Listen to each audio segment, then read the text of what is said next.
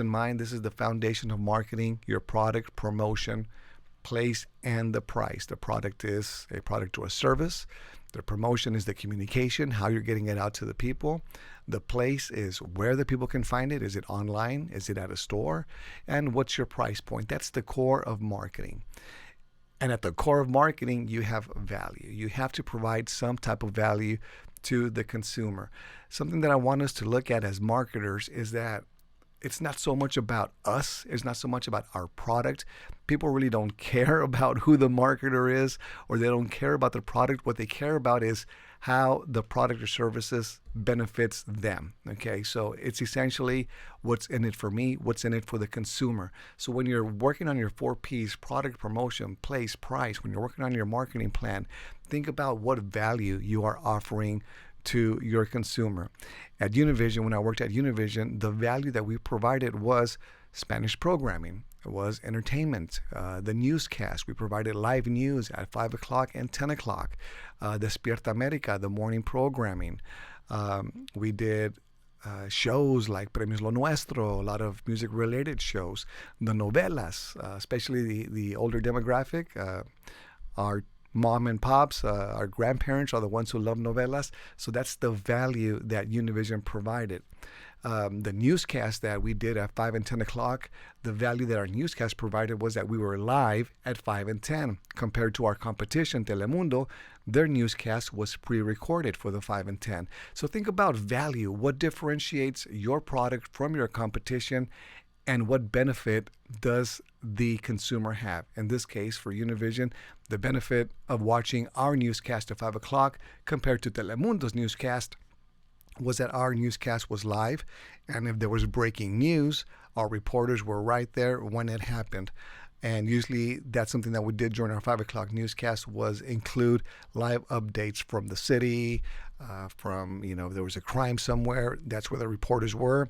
If there was weather that was happening, severe weather, we had our weather person be out giving up-to-date information. So value of watching Univision compared to Telemundo, at least here in Austin, was that we had a live 5 o'clock newscast. So think about value. Think about what differentiates your product and services from the competition. Your value proposition is basically your 30-second elevator speech. In 30 seconds, you should be able to tell a person who asks you, so what is your product about? What is your service about? You have 30 seconds to deliver your message, which is also basically your mission statements. And when you're developing your value proposition, make it about the consumer, how your product serves the other person, the end result. Try not to make it about, we do commercials, we do TV, we do programming, we do videos, we sell commercials.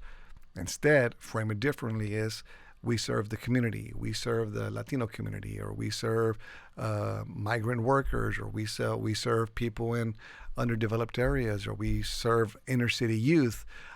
So always try to identify who you serve and what value you're bringing to them, your value proposition. All right. Something you want to keep in mind of when you're working in marketing is think about who your consumer is. A lot of people build a product first and then try to find a consumer who they're going to sell it to. So basically, it's like I want to build something for me and try to sell it, but then they're not going to find a market for it, or they're going to find out that their market might be too small, or that the market might be saturated and it might be very competitive. So always find out who your consumer is, who you're going to target, and trying to build your product and services around their needs. Your target market person versus your personal avatar. Why did I put this here? Target market in general is the group of people who you are trying to serve. I get a lot of marketing emails here from UIW that are directly related to teaching online, to being a better professor, what value we can bring to our students. So those communications that come from these higher education centers, they're targeted. They're targeted to the educator, okay? Now, again, our target market, for example, in TV is we were targeting the Latino community, the Hispanic community. But you want to break it down even more, and you want to know your personal avatar. Who is it in that community that you're trying to target? One of the clients that I represent in my agency is I represent a lot of nightclubs, a lot of entertainment venues. And one case specifically, I do marketing and promotions for a regional Mexican nightclub. It's your typical nightclub, your Mexican nightclub with banda norteño music. And when we want to target our audience, who do I have in mind when we're writing copy, when we're writing the commercials, when we're doing our flyers? Who are we trying to reach? Who do we want coming to the club? Who are we catering to? So my avatar is, I'm imagining a blue-collar worker, works in construction, or works in landscaping, speaks very little English. Spanish is their first language. They watch Univision. They watch soccer. They love soccer. And they follow a lot of soccer from back home. They have kids. They might have kids who are now first or second generation immigrants or Americans. So that gives you an idea. These people love pickup trucks. They love Silverados. They like to wear boots when they go out. They like to wear cowboy hats. And they like to dress up pretty flashy. So that is our avatar. So when we're creating our marketing, when we're creating our advertising, I'm keeping that person in mind. That's the person who I want to resonate with. So always keep your avatar and your target market in mind when you're deciding on your consumer. Because knowing them, you're going to be able to understand the consumer behavior. And that's what chapters 3 and 4 are all about, is really knowing who your customer is, how they think, and why they think the way they do. I want to talk to you also about talking to your consumer. Instead of shouting at your prospects, instead of shouting to your customer, try engaging them in a conversation. That's the new way of doing marketing. Traditional marketing was your billboard style, loud, in your face, big, bold letters to try to grab your attention. Traditional marketing was also built around radio and TV, where commercials are 30 seconds, they're 60 seconds, they're 15 seconds. So you have a very small amount of time to grab people's attention. That's why a lot of commercials is be like, hey, Sunday, Sunday, Sunday, tractor truck pull, or Sunday, big concert, because you have a finite amount of time to grab their attention. So you need a lot of shock. You need a lot of loud. You need it to be loud. You needed to scream. You needed all these crazy sound effects. Well, with social media, with the internet, the majority of the people today, the majority of the people today are consuming their media on their phones, on their devices. And what people are looking for, they're looking for a conversation.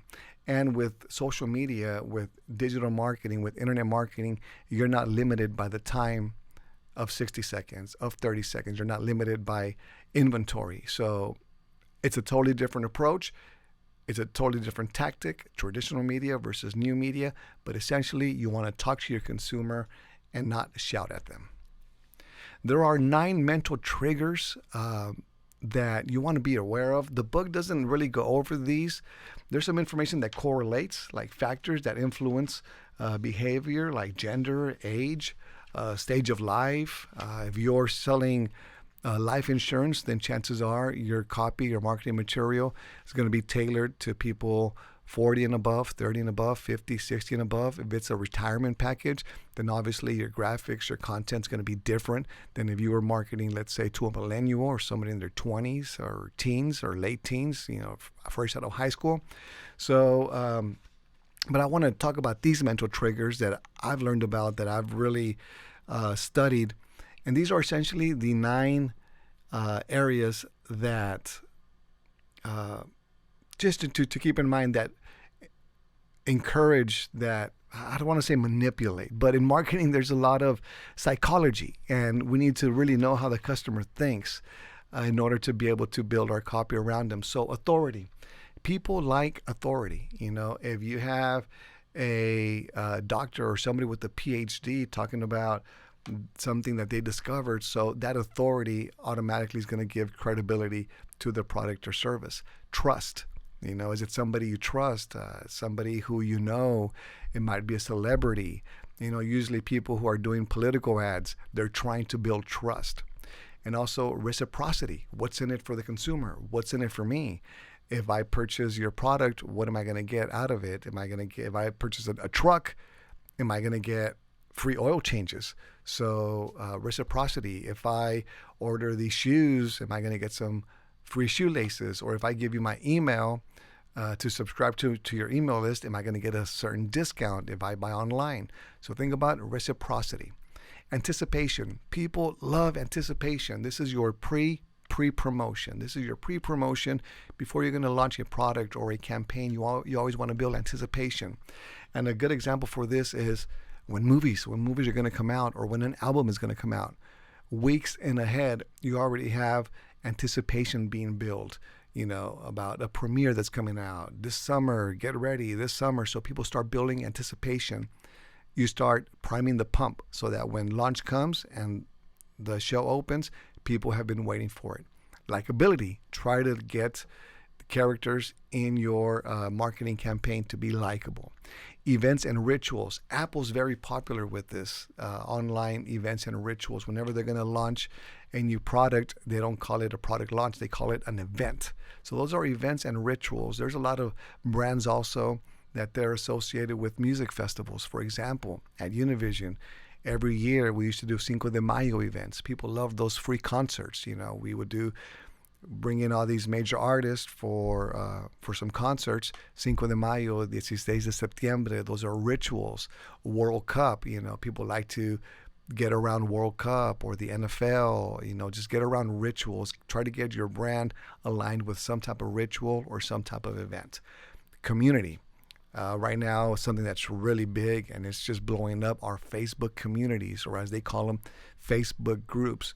You can associate your brand, or maybe your brand can begin a Facebook group with people that like, let's say, for example, you like, Jeeps or Harley Davidsons or photography or videography or knitting or selling on Etsy or making candles. Try to get involved in community. People love community. Scarcity is another mental trigger that really helps sales. And what is scarcity? This could be a limited time only promotion, or act now, the next 50 customers are going to get XYZ promotion, or a offer that's only good via email, 20% off via email. Or, you could put a deadline. This is our promotion for the month of June, our summer promotion. Once it's gone, it's gone. So when you put a deadline, scarcity into your marketing material, people are going to notice and they're going to take action because nobody likes to miss out on a good deal. And finally, social proof. This is really big right now on social media. And I know this is an intro to marketing class, but I need to bring up social proof because right now, social media marketing is where it's at. And every marketer that I can think of is looking for ways to get their product into the hands of their consumer, have the consumer take a picture with it, upload it to their social media, or go to their website, or go to their Amazon page, or go to their Etsy page, or go to Google, or go to the Facebook reviews and leave a positive review. Positive reviews equals social proof equals, hey, I want some of that as well.